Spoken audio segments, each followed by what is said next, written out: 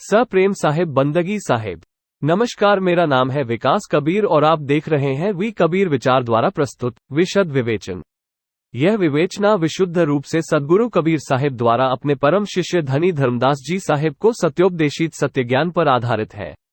विशद विवेचन के इस प्रकरण में हम वर्णन करने जा रहे हैं कि सच्चे साधु की क्या पहचान है अथवा सच्चे साधु के क्या लक्षण हैं।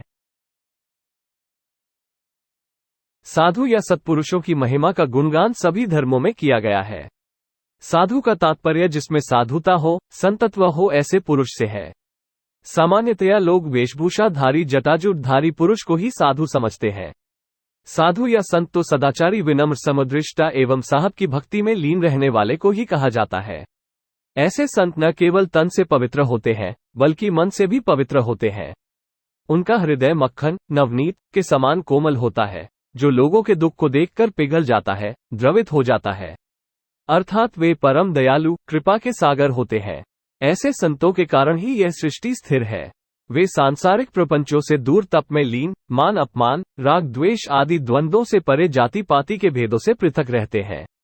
साधु न किसी से बैर रखते हैं, न उनके मन में कोई लालसा, लोभ होता है। वे तो सदैव साहब की भक्ति में मग्न रहते हैं तथा सत्य, प्रेम, दया, क्षमा, शील आदि सद्गुणों के मार्ग पर चलना पसंद करते हैं। साधु आत्मसंयमी, आत्मज्ञानी एवं सार वस्तु को ग्रहण करने वाले होते हैं। परमार्थ के कारण ही वे शरीर को धारण करते हैं। ऐसे सच्चे साधु या संत का दर्शन सद्गुरु की कृपा से होता है। सद्गुरु कबीर साहब ने इस अंग में साधु के लक्षण, उनकी सेवा का महत्व और उनके सत्संग से होने वाले लाभ का वर्णन बड़ी ही सूक्ष्मता एवं सरसता के साथ किया है। यह अंग न केवल पठनीय, पढ़ने का विषय है, बल्कि चिंतन मनन कर जीवन में आत्मसात करने का विषय है। सच्चे साधु की संगति से ही जीव का कल्याण संभव है। संत जन किसी से बैर भाव नहीं रखते, निष्काम कर्म करते हैं अर्थात पाने की लालसा नहीं रखते, साहब से सच्चा स्नेह रखते हैं और विषय विकारों से दूर रहते हैं। यही साधुजनों का मत सिद्धांत होता है। साधु संसार में उसी तरह निर्लिप्त रहते हैं जैसे कीचड़ में कमल का पत्ता। धाय माँ बालक की सेवा करते हुए, उसे पालते पोसते हुए भी अपना बच्चा नहीं समझती, वैसे ही संत इस संसार को ज्ञान उपदेश देकर सच्चा मार्ग दिखाते हैं, फिर भी अपना नहीं समझते। संसार की मोह माया में नहीं फंसते। साधु कहलाना उतना ही कठिन है जितना कि तलवार की धार पर चलना, जिसमें जरा सा भी डगमगा गए तो पैर कट जाता है और निश्चल, जरा भी न डगमगाने वाला सहज ही पार उतर जाता है। संसार की मोह माया में न फंसने वाला जीव ही भवसागर पार कर पाता है। जैसी चाल संसार चलता है वो संतजनों के योग्य नहीं होती, अर्थात संत संसार के क्रियाकलापों कर्मों से विमुख होते हैं। दम्भ चाल, कपटपूर्ण, पाखंड भरी चलने वाला कभी साधु नहीं कहलाया जा सकता है। साधु उसे ही समझना चाहिए जो साधुता वाला व्यवहार करे।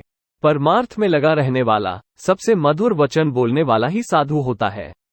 वो सदैव दूसरों का कल्याण करता है। साधु का खेल क्या होता है? सुरती का दांव अवसर क्या है? अमृत रस का कूप कौन है? और वज का घाव वज सरीखी चोट क्या है? क्षमा साधु का खेल है, सुमति सुरती का दाव। क्षमा साधु का खेल है, अर्थात वे सहज भाव से क्षमाशील होते हैं। सुमति ही उनकी सुरती का दाव है, अर्थात उनका उद्देश्य जीव को कुमति से हटाकर सुमति के सद्मार्ग पर लाना है। कर्ता पुरुष ही अमृत के कूप भंडार है। साधु के सत्यवचन ही हृदय पर मार्मिक चोट वज्र घाव करने वाले हैं।